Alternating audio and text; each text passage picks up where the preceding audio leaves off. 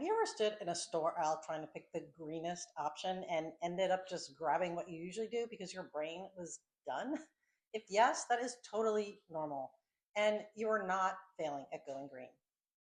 Because if going green requires a research project every time you shop, no one is going to keep doing it, including me.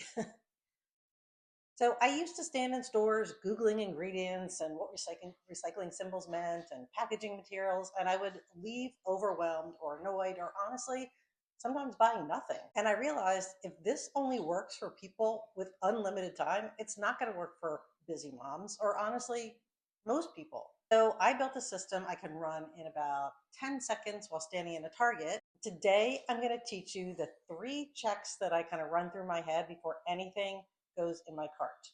So if this episode makes shopping feel less overwhelming, share it with another mom who wants to make greener choices without turning into a second job. And if you want help applying this for like kitchen plastics and food storage, I have checklist systems and guides that walk you through exactly where to focus first. So I'll link those in the show notes for you. Because here's the reality. There are like 47 eco labels, confusing recycling symbols, compostable packaging that isn't actually compostable in most places, and plant-based plastic that is still plastic. Of course, people are going to be overwhelmed.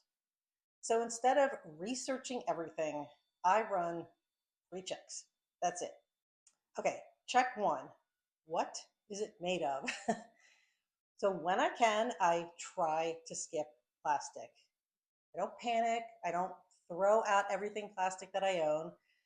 Just when I'm ready to buy something new, can I choose something glass, aluminum, stainless steel, paper, or cardboard, or at least less plastic? Plastic is the one material that doesn't really go away. It's hard to recycle well, and it can break down into harmful microplastics over time. So if I have an easy non-plastic option, that's usually my first win. If I don't freak out. I move to the next check. So check two is, can I reuse it? So if something is single use, I pause because the fastest way to reduce waste is just to not throw things away constantly. So reusable does not have to mean complicated. It can mean refillable, durable, multi-use, or something I'll realistically keep using. If it creates extra steps for me, I'm not going to keep up with it. I already know it won't last in my real life. And if I don't keep using it, it wasn't actually a greener choice for me. The convenience is not the enemy. Convenience is what makes greener habits stick. Okay, check three. Where does it go when I'm done with it? I literally picture the end of its life.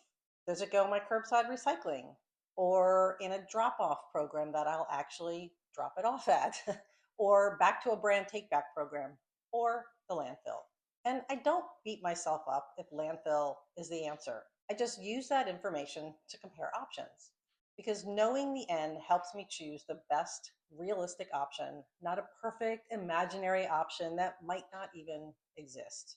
So let's say I'm choosing between three options: plastic bottle, easy, cheap; a refill pouch, less plastic, a little annoying, more work; glass or aluminum, recyclable, maybe more expensive. So my brain runs kind of a fast, what is it made of? Can I reuse it? Where does it go when I'm done? And then I pick, and then I move on with my life.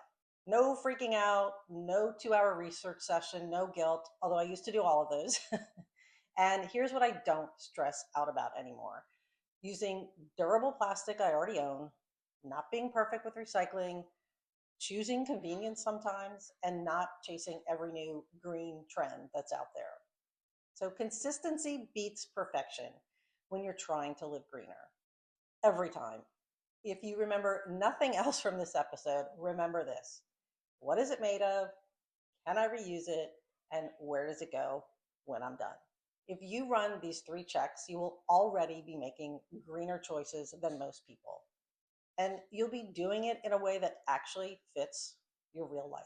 If you want help applying this to kitchen plastics and food storage, that's exactly why I made my checklist systems and guides.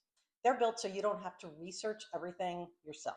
And if this episode helped you, share it with someone else who's trying to go green without making it their whole personality.